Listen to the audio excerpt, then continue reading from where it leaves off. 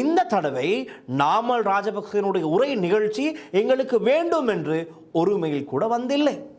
அப்படி வந்திருந்தால் அந்த இரண்டு யூனியன்களும் மேல் பரிசீலனை செய்திருப்பார்கள். ரைட், வேண்டாம் என்று சொல்லும் அளவுக்கு வேண்டும் என்று சொல்பவர்களும் இருக்கிறார்கள். ஆகவே இரண்டு தரப்பும் சரிக்கு சமனாக இருக்கிறது, நாங்கள் இதை நடத்திய பார்ப்போம் என்று ஒரு முடிவுக்கு வருவார்கள். ஆனால் இதை ரத்து செய்ய காரணம் இது வேண்டவே வேண்டாம், நாமல் ராஜபக்சனுடைய பேச்சை நாம் ஏன் கேட்க வேண்டும், எங்களுக்கு தேவை இல்லை, அவரிடம் அவர் என்ன தகுதி இருக்கிறது என்பதை போலத்தான் அனைவருமே மெயில்ஸ் மின்னஞ்சல் ஊடாக அவருடைய எதிர்ப்பினை வெளியிட்டிருக்கிறார்கள்.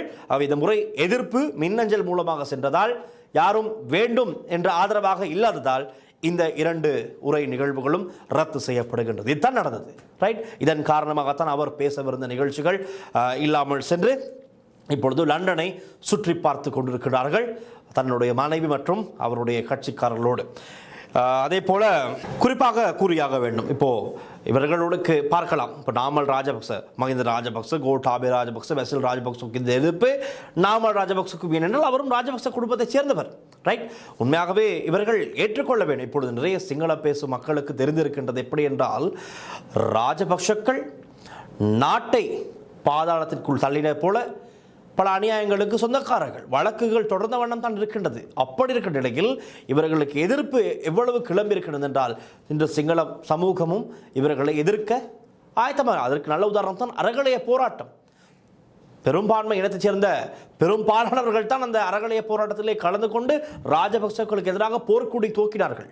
ரைட், அப்படி விரட்டப்பட்டவர் தான் கோட்டாபே ராஜபக்ச. அந்த குடும்பத்திற்கு எதிராகத்தான் அன்று போராட்டமே இடம்பெற்றது. அந்த போராட்டத்தின் காரணமாகத்தான் பல சேதங்கள், உயிர் சேதங்கள் எல்லாம் இடம்பெற்று இன்று ஒவ்வொரு விதமாக பேசப்படுகின்றது. அது வேறு பக்கம். ஆனால் இன்று இலங்கையில் என்னத்தான் ராஜபக்சக்களுக்கு எதிராக குரல் எழுப்பி கேள்விகள் கேட்க முடியாத ஒரு சூழல் இருந்தாலும் இப்பொழுது இருக்கின்றது. அதற்கு முதலாக இருக்கவில்லை.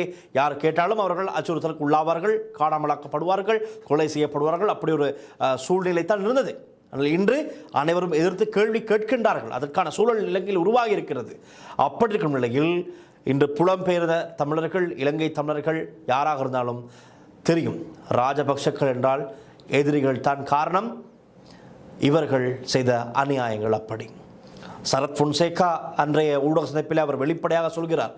அதில் நீங்கள் பார்க்கின்றீர்கள் அந்த காணொலியில், சவேந்திர சில்வாவுக்கு கோட்டாபே ராஜபக்ச அப்பொழுது பாதுகாப்பு செயலாளர் அவர் ஆர்டர் கொடுக்கிறார். எப்படி என்றால், தேர்ட் பார்ட்டிஸுக்கு கீழே சரணடைய தயாராபவர்கள் ஏற்றுக்கொள்ளாதீர்கள், அவர்களுக்கு தாக்கிக் கொண்டு செல்லுங்கள், ஆனால் நம்மிடம் சரணடைவார்கள் இருந்தால் அவரை ஏற்றுக்கொள்ளுங்கள் என்று குறிப்பிடுகிறார்கள். ஆகவே நிறைய பேர் விரும்பவில்லை இராணுவத்திற்கும் அரசாங்கத்திற்கும் சரணடைவதற்கு.